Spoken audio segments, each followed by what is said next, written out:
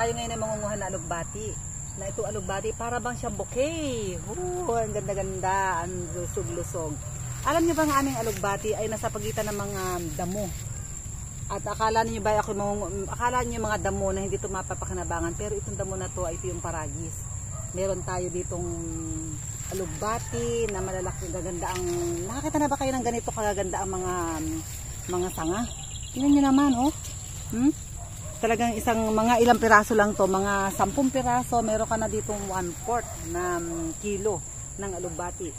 Ang aming alugbatihan ay kasama ng mga paragis at sana kayo ay makapagtanim nito ng alugbati. O, tingnan nyo nga.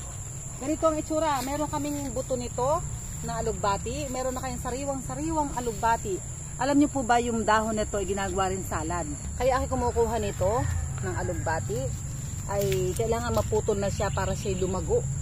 Napahaba na namin sapagkat madalang kami dito sa bukid.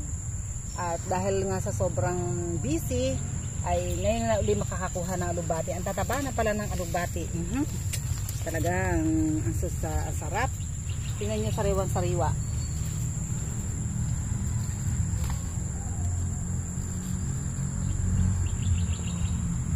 Kaya tikman nyo ang ating alugbati na green na mayaman sa iron.